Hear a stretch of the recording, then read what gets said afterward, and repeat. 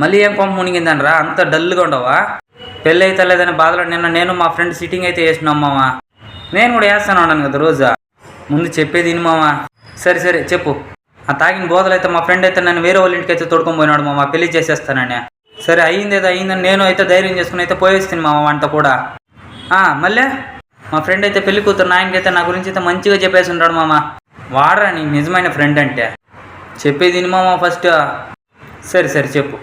నా ఫ్రెండ్ నా దగ్గరకు వచ్చి మీ మామ ఏమన్నా అడిగితే నువ్వు గవర్నమెంట్ జాబ్ చేస్తాండేదని చెప్పమన్నాడు మామ.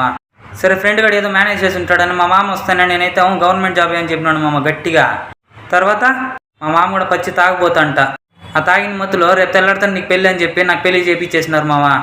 కంగ్రాచులేషన్స్ అల్లుడు. ఏం కంగ్రాచులేషన్స్ మామ? ఆడ నన్ను చంపడానికి పరిగెత్తి వస్తా ఉంటే దేనికే? ఈ తాగబోతు ఫ్రెండ్ గాడు రోజు మనం కరువు పనికి పోతాం కదా మామ, దాని గవర్నమెంట్ జాబ్ అని చెప్పి ఉన్నాడంట మా మామ దగ్గర. సరే ఫస్ట్ మా ఫ్రెండ్ కనుక్కుందరనేసి వాళ్ళ దగ్గర పోయి అయితే అడిగినాడు మామ. ఎందుకు రాట చెప్పినావు అనేసి అడిగితే అది గవర్నమెంట్ ఇచ్చిన జాబే కదా, అందుకే గవర్నమెంట్ జాబ్ అని చెప్తే నేను చెప్తా ఉన్నాడు మామ. అసలే వాళ్ళు రౌడీలు అంట మామ, నాకు ఇప్పుడుదో తెలిసిందే. ఇప్పుడు ఏం చేయాలో నువ్వే చెప్పు మామ. సరే ఒక 10 నిమిషాలు ఉండలుడు, మార్కెట్ దగ్గర పోయి ఇచ్చేస్తానా. ఇప్పుడు ఎందుకు మామ మార్కెట్కే?